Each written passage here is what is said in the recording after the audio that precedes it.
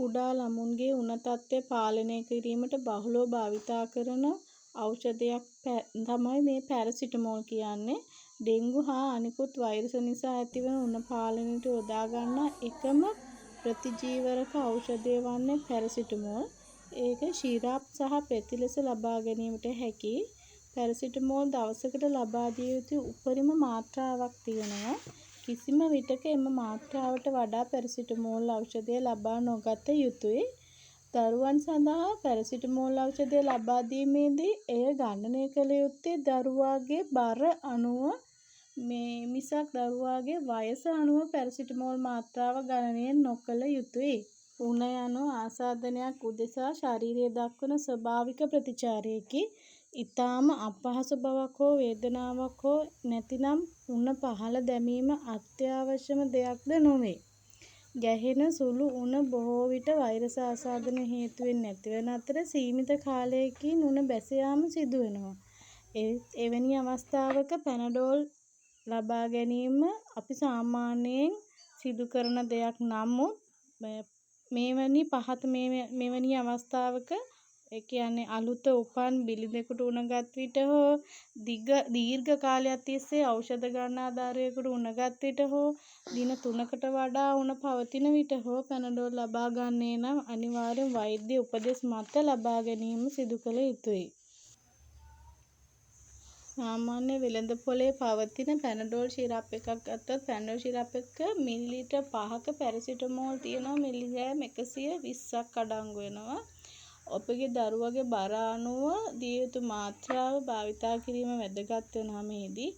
එතකොට දෛනිකව දිනකට ලබා දෙන්න පුළුවන් පැනඩෝල් ප්‍රමාණය උපරිම මිලිග්‍රෑම් 60ක් තමයි දෙන්න පුළුවන් කිලෝග්‍රෑම් 1කට. එතකොට එක් වරකට ලබා දෙන්න පුළුවන් කිලෝග්‍රෑම් 1කට මිලිග්‍රෑම් 15ක් වගේ ප්‍රමාණයක්. දවසට උපරිම මාත්‍රා 4ක් ලබා දෙන්න පුළුවන්. නිවැරදි මාත්‍රාව සඳහා මිනුම් කෝප්පයක් හෝ සිරින්ජයක් භාවිතා කරලා සෑම විටම දරුවාගේ බර අනුව මාත්‍රාව පිළිපදින්න. ඒ වගේම වයස අවුරුදු 3ට වඩා අඩු දරුවන්ට පැනඩෝල් පෙති ලබා දීමෙන් වළකින්න. වීඩියෝ එකේ වැදගත්ම කොටස වෙන්නේ පැනඩෝල් ශිරප් ප්‍රමාණය බර අනුව ගණනය කිරීම. අපි බලමු කොහොමද ඒක ගණනය කරගන්නේ කියලා දැන්.